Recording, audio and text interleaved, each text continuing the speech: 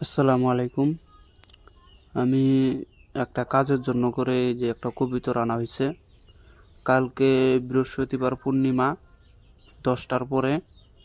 তো এই কাজটা আমি করব মাদার চালান ও পীর উলিয়া উলিয়া চালান দিয়ে এই কাজটা করব। এটা হচ্ছে একজনের বউ চলে গেছে 3-4 মাস আগে, আসতে চায় না।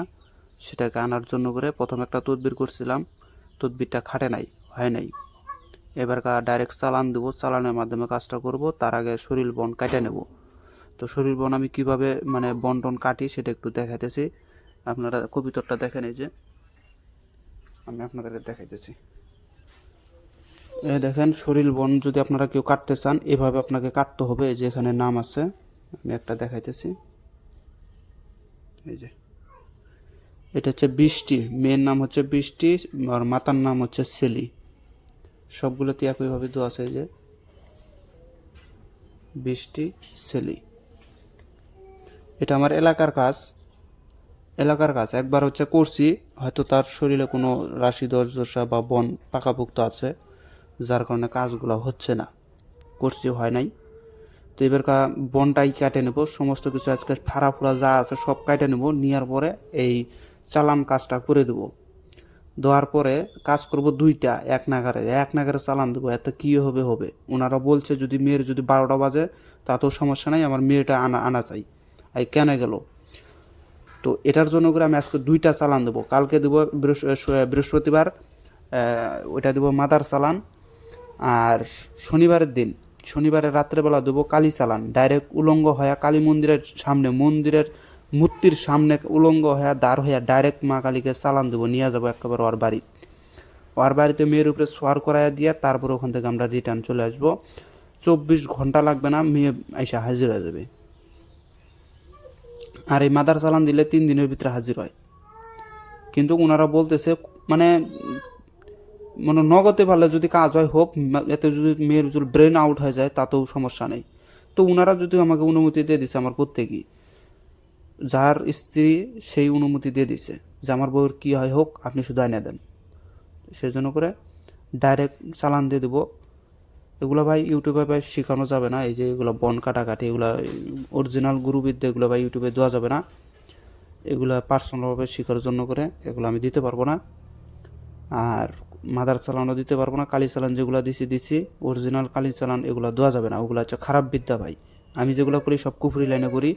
মা কালীকে চালান দেওয়ার জন্য তো হাজার হাজার বিদ্যা আছে, করে দেখেন কোনটা খাটে? একটাও খাটে না। কেন খাটে না? কুফরি ছাড়া মা কালী যাবে না। যেমন আপনি মা কালীকে যদি ভালো মন্ত্র দিয়া ভালো তদবিরের মাধ্যমে যদি চালান করতে চান, মা কালী মন ইচ্ছা গেলে যাবে, না গেলে নাই। এটা তার ইচ্ছার উপরে নির্ভর করে। আর যখন কুফরি কালাম করে চালান দিবেন, মা কালী যাবে তো যাবে, ওর বাপ সহ যাবে। তখন দেখবেন যে ওর আশেপাশে যত কিছু সব তখন যাবে, যাইতে বাধ্য, না গেলে পরে তো 12টা বাজবে। উল্টা কালামের শক্তি হচ্ছে এটা, কুফরি কালামের শক্তি হচ্ছে এটা, বাধ্যতামূলক তাকে নিয়েই যাবে ওখানে। এটা করতে গেলে এটা মানে উলঙ্গ হয়ে কালী মন্দিরের সামনে দাঁড়ায়া, মন্দিরকে মা কালী একটা নগদে মা কালীর সামনে দাঁড়ায়া উলঙ্গ হয়ে ওখানে পূজা দিয়া, ওখান থেকে ডাইরেক্ট ধইরা মেয়ের বাড়িতে যা ফালাই দিয়ে আসতে হবে, মেয়ের বাড়িতে যা চালান দিয়ে আসতে হবে। দিয়ে আপনি মানে ওখান থেকে আমাকে চলে আসতে হবে। আসার পরে 24 ঘন্টার ভিতরে ওই মেয়ে যেখানে তো পাগলা পাড়া হইয়া উপরে উপরে সোহার হইয়া ছেলের বাড়িতে আসবে, তখন আবার তাকে নামাইয়া দিতে হবে কালীকে। এটা করার জন্য করে তার শরীরটাকে কাটে নিতেছি, তার শরীরে যত বন্ধ দোষ আছে সব কাটে নেবো। কেননা বন্ধ দোষের কারণেও অনেক সময় কাজ বিফল হয়ে যায়।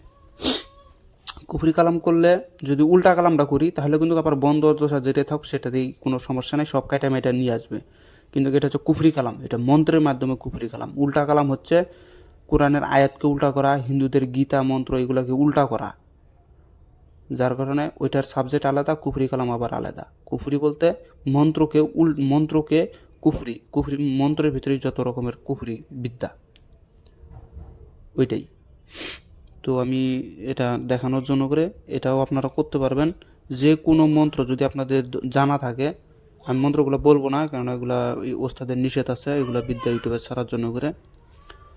তো আপনারা যে কোনো মন্ত্রই জানেন বন্ধ দশা রাশি কাটার জন্য, আমার ইউটিউবে কিন্তু একটা মন্ত্র দেওয়া আছে, বিষ্ণুর মন্ত্র বন্ধ দশা কাটার জন্য করে। ঠিক একইভাবে পাখির পাতার ভিতরে এরকম করে নাম লিখবেন। মন্ত্রটা 3 দফা করে পাঠ করে একটা পাতার মধ্যে ফুঁক দিয়ে আগুনের ভিতরে পুরা দিবেন। এভাবে 10টা পাতার ভিতরে 10টার মধ্যে ফুক দিয়ে 10টাই পুরা দিবেন, সঙ্গে সঙ্গে তার শরীরে যত কিছু তার সব কাইটে মেটে ভস্য হয়ে যাবে। পরবর্তীতে আপনি যে কোনো কাজের চালান মেরে দেন, তার শরীরে যা ধরবে, তার শরীরে ধরতে বাধ্য, 100% ধরবে। কিন্তু এই দোষ দশা কাটার অরিজিনাল গুরুবিদ্যা লাগে। গুরুর কাছ থেকে যেটা পাওয়া যায় সেটা হচ্ছে সত্য, মুখে মুখে। আমি যেগুলো শিখছি সব এগুলো মুখে মুখে, এগুলো তো আর ইউটিউবে ছাড়া যাবে না। ইউটিউবে ছাড়লে 10-এর কাছে চলে যাবে, হ্যাঁ, তখন বিদ্যা আর বিদ্যা থাকে না, তখন কাজ করতে চায় না।